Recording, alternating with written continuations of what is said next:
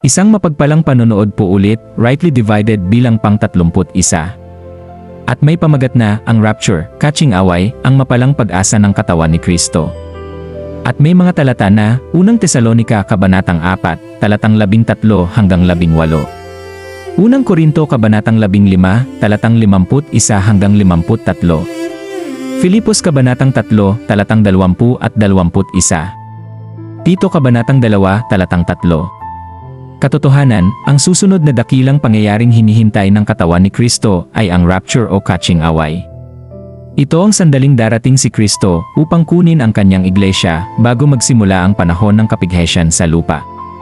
Sinabi ni Apostol Pablo, sapagkat ang Panginoon din ang bababang mula sa langit at ang nangamatay kay Kristo ay unang mga bubuhay, pagkatapos, tayong nangabubuhay ay agawing kasama nila sa mga alapaap upang salubungin ang Panginoon sa hangin. Unang Tesalonika Kabanatang 4, talatang 16 at 17. Ito ang mapalang pag-asa ng bawat mananampalataya sa dispensation of grace. Right division insight. Ano ang rapture? Ang rapture ay ang pagtitipon ni Kristo sa kanyang katawan. Ang mga namatay na kay Kristo ay unang bubuhayin. Ang mga buhay na mananampalataya ay babaguhin sa isang kisap mata. Lahat ng kabilang sa katawan ni Kristo ay makakasama ng Panginoon magpakailanman. Ang hiwagang ito ay unang inihayag kay Apostol Pablo sa unang 1 Korinto Kabanatang 15, talatang 51. Hindi ito kapareho ng ikalawang pagparito ni Kristo sa lupa. Si Kristo sa lesson na ito, si Kristo mismo ang darating upang kunin ang kanyang iglesia. Hindi niya isusugo lamang ang mga anghel upang tipunin tayo, kundi siya mismo ang sasalubong sa kanyang katawan. Ito ang katuparan ng ating mapalang pag-asa bilang mga iniligtas ng biyaya. Application. Habang hinihintay ang rapture, mamuhay ng banal at karapat-dapat kay Kristo. Magpatuloy sa paglilingkod bilang kanyang embahador. Ibahagi ang ebanghelyo ng biyaya habang may panahon pa. Huwag mabahala sa hinaharap sapagkat ang ating pag-asa ay nasa Panginoon. Mamuhay na laging handa sa kanyang pagdating. Common misunderstanding, ang rapture at ang ikalawang pagparito ay isang pangyayari lamang. Sagot ng kasulatan, sa tamang paghahati ng kasulatan, ang rapture ay ang pagdating ni Kristo para sa kanyang katawan sa himpapawid. Ang ikalawang pagparito naman ay ang kanyang pagbabalik sa lupa pagkatapos ng tribulation upang itatag ang kanyang kaharian. Magkaibang pangyayari ang dalawang ito. Key verse to memorize, pagkatapos, tayong nangabubuhay ay agawing kasama nila sa mga alapaap upang salubungin ang Panginoon sa hangin. Unang Tesalonika Kabanatang 4, talatang 17.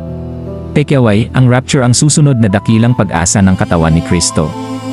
Dahil hindi natin alam ang araw o oras nito, nararapat tayong mamuhay ng tapat, maging handa, at patuloy na ipahayag ang ebanghelyo ng biyaya hanggang sa dumating ang ating Panginoon. Timeline, Dispensation of Grace.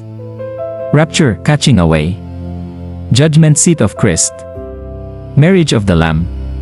Tribulation. Second coming of Christ. Millennial Kingdom.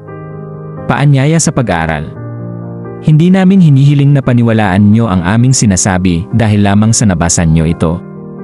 Hinihikayat namin kayong buksan ang inyong Biblia at suriin ang bawat talatang nabanggit.